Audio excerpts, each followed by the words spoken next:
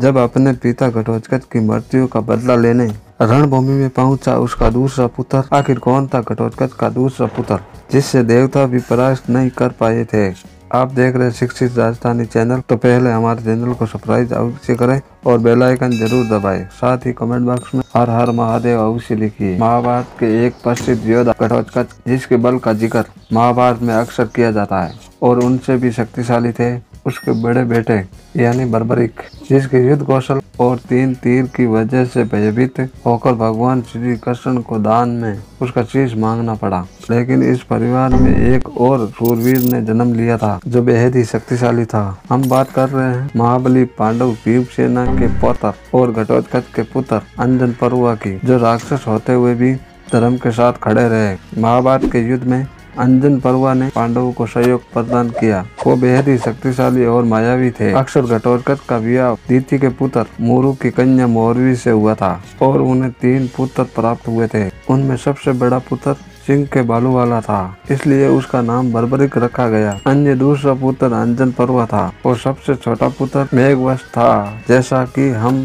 सब जानते हैं कि घटोत्कच का वध बेहद ही मुश्किल था। कौरव पक्ष में कोई भी नहीं था जो घटोत्कच को मार सकता था। जब घटोत्कच ने कौरवों पर हमला किया तो आधी सेना का विध्वंस कर डाला और तब कर्ण को इंद्रदेव से कवच और कुंडल के बदले मिले वास्तविक शक्तियों का प्रदान करना पड़ा। अक्सर इसके पीछे भी भगवान श्री कृष्ण की ही लीला थी। वहीं अंजन पर्वा के बड़े भाई यानी बर्बरिक की शक्ति के बारे में भगवान श्री कृष्ण जानते थे। जैसा कि बर्बरिक ने अपनी माता को वादा दिया था कि वे हारे हुए पक्ष का साथ देंगे। ऐसे में निश्चित भगवान श्री कृष्ण को दान रूप में बर्बरिक का शीश मांगना पड़ा। इस परिवार का एक और सदस्य यानी कि अंजन पर्वा भी महाभारत के युद्ध में लड़ा था और उसने अपने पिता की मृत्यु का बदला लेने के लिए कौरव सेना का संहार शुरू कर दिया और तभी उनसे युद्ध करने रणभूमि में पहुंचा अश्वत्थामा। इन सब का वर्णन हमें महाभारत के द्रोण पर्व के अध्यक्ष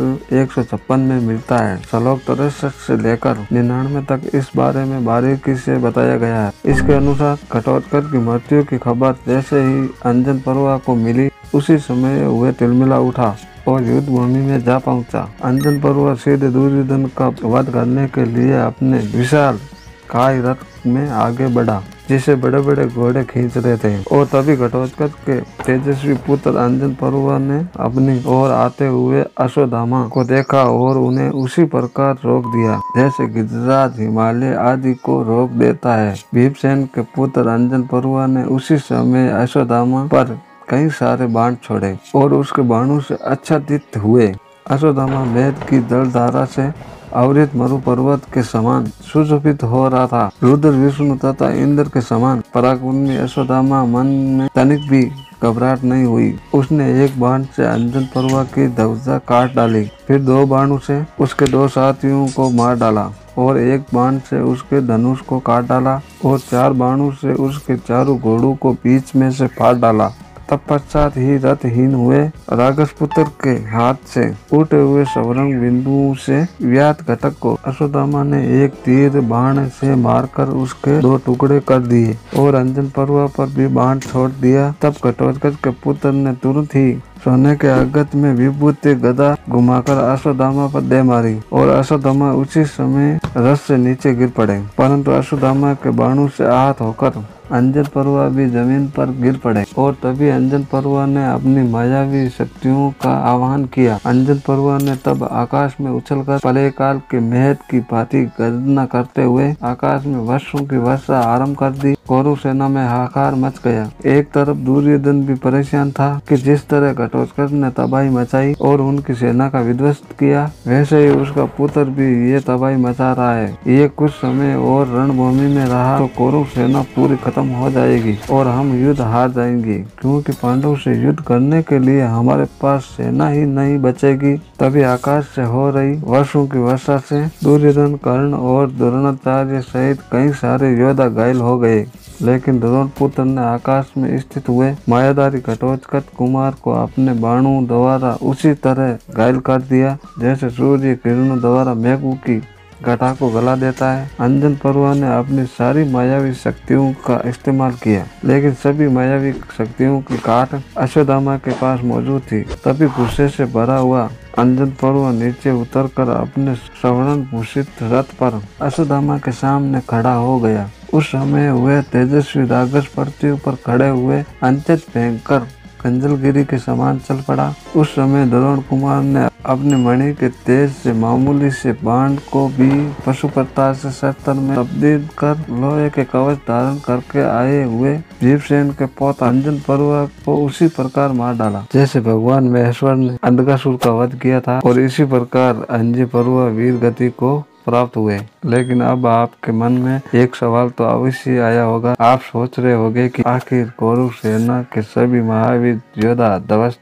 पड़ गए अंजन परुआ के सामने, और अंजन परुआ उसके सामने भारी पड़ रहा था। तो अश्वत्थामा ने आखिर कैसे मामूली से बाण को पशुपताद बनाकर अंजन परुआ को मार गिराया। अक्सर इसके पीछे भी एक पुरानी कथा है। कहते हैं बाणासुर जिसे महादेव की कृपा प्राप्त थी, उससे अंजन परुआ का युद्ध हुआ था। जहाँ अंजन परुआ बाणासुर का वध करने ही वाला था, तभी बाणासुर ने महादेव को याद किया और महादेव ने अंजन परुआ को रोका, लेकिन अंजन परुआ नहीं माने। अतः महादेव को अपना पशुपताद अंजन परुआ पर छोड़ना पड़ा। पशुपताद अंजन परुआ पर लगता उससे पहले ही उसकी माता मोरवी, जो स्वयं घटोत्कच की बीबी थी, उसके सामने प्रकट हो गई, जो एक शिव भगत भी थी। और इस प्रकार शिव भगत स्वयं पशुपताद के सामने आया, जिस प्रकार पशुपताद वहीं ठहर गया। इसके बाद मोरवी ने रोते हुए स्वयं भगवान शिव से अपने बेटे अंजन परुआ के जीवन को बख्शने की गुहार लगाई और उनसे जीवन दान मांगा।